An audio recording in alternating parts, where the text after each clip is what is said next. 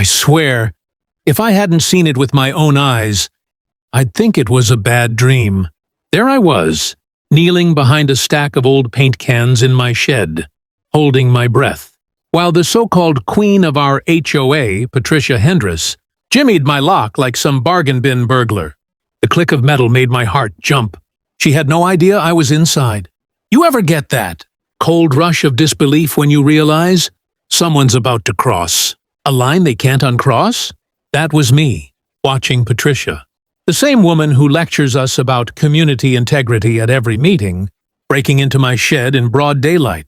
She pushed the door open slow, like a cat creeping into someone else's kitchen. Her perfectly pressed khakis brushed against my lawnmower. She muttered, her flashlight cutting through the dim light. Violation number 1. Unapproved storage. Violation? Lady, it's my shed! I stayed still, barely breathing.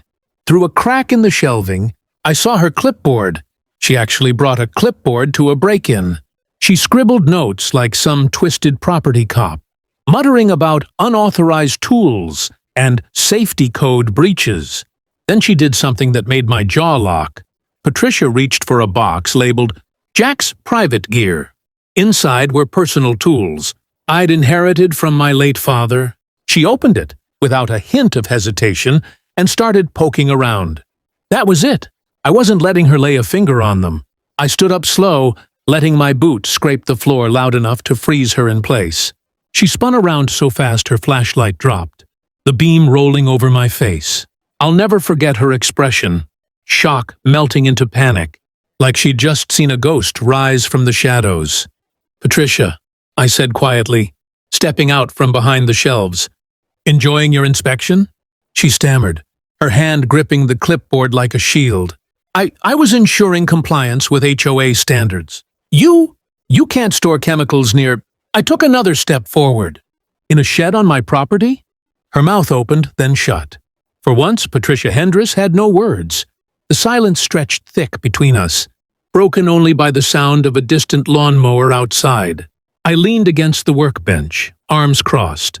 You've got 30 seconds, I said, to explain why you broke into my shed before I call the sheriff.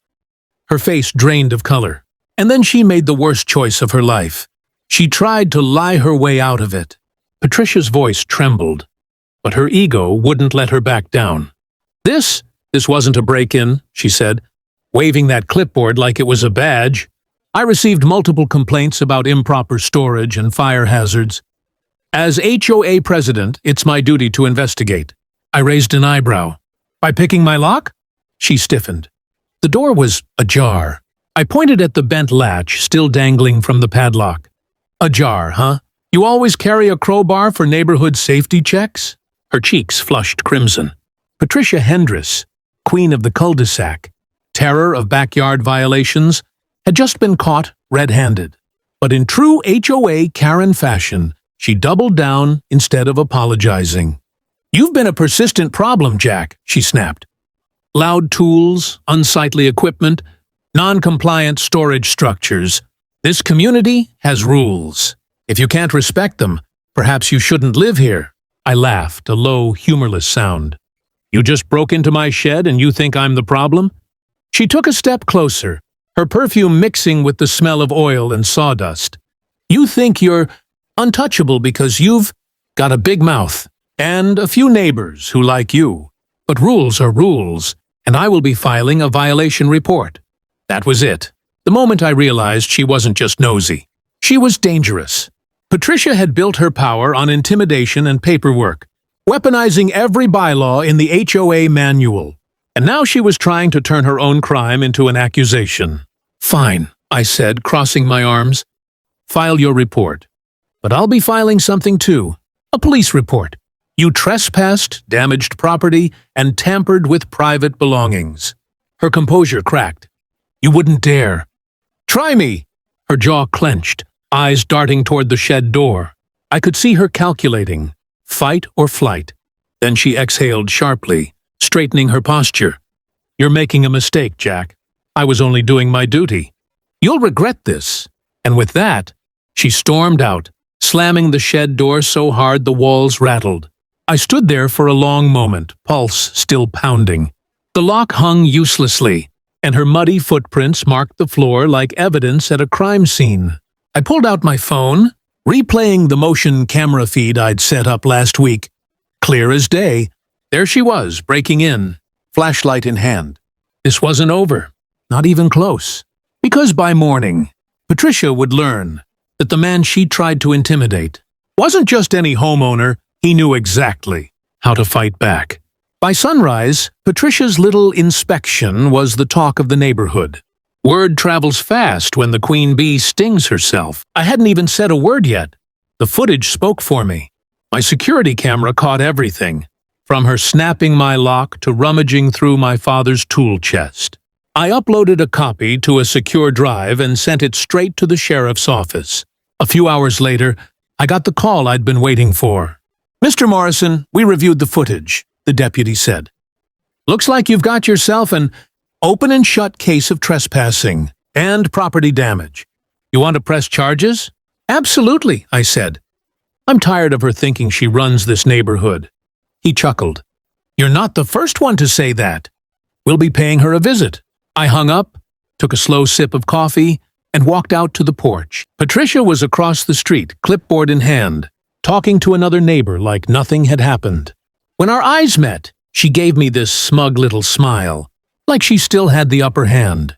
Not for long, 2 patrol cars rolled in not 10 minutes later. The color drained from her face as the deputies approached. I could hear snippets of their conversation, her voice growing shrill, denying everything, pointing toward my shed like it had attacked her. Then one deputy showed her a phone screen.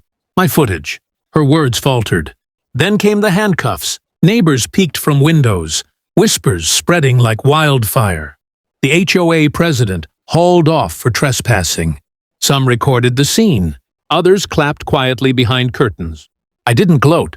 I just stood there, watching justice take its slow, deliberate course. But Patricia wasn't the type to go down quietly. That evening, after the deputies released her pending a hearing, she showed up at my door, eyes blazing. "You think you've won?" she hissed. "You humiliated me. You don't know who you're dealing with." I met her glare calmly. "I'm dealing with someone who broke into my shed, Patricia. And I'm done being polite about it." Her lip curled. "You'll regret this. You think the HOA board will side with you? I am the board." I smiled faintly. "Not anymore." She blinked, confused. Then I handed her the letter. A petition signed by 13 homeowners, calling for her removal effective immediately. For the first time since I'd known her, Patricia was speechless. Patricia's hand trembled as she stared at the letter. This is a joke," she whispered, her voice cracking. "You can't just remove me. I built this community." I stepped onto the porch, folding my arms. "No, Patricia. You bullied this community. You turned neighbors into spies and rules into weapons. They're done living under your thumb." Her eyes darted across the signatures, people she thought she controlled. The Johnsons, the Lees, even old Mr. Crane, the guy she once fined for having a wind chime that was too reflective. They'd all signed it. One by one, her little empire had crumbled. You turned them against me," she stammered. "No," I said quietly. "You did that yourself." She stood there for a moment, shaking, her eyes filling with a mix of rage and disbelief. Then she tore the letter in half, paper fluttering down like confetti. "You'll regret this, Jack. I'll take this to court if I have to." I smiled. "You already have a court date, remember? Sheriff said they'll see you Monday for trespassing." Her face went white. Without another word, she turned and stormed down my driveway, heels snapping against the concrete.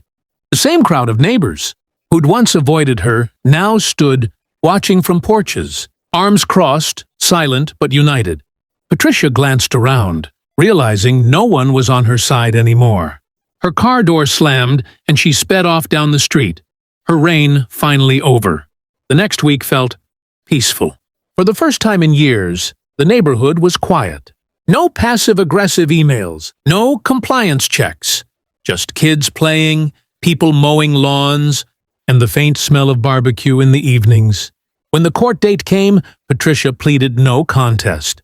She paid fines, lost her HOA position, and had a restraining order filed against her, meaning she couldn't set foot on my property again.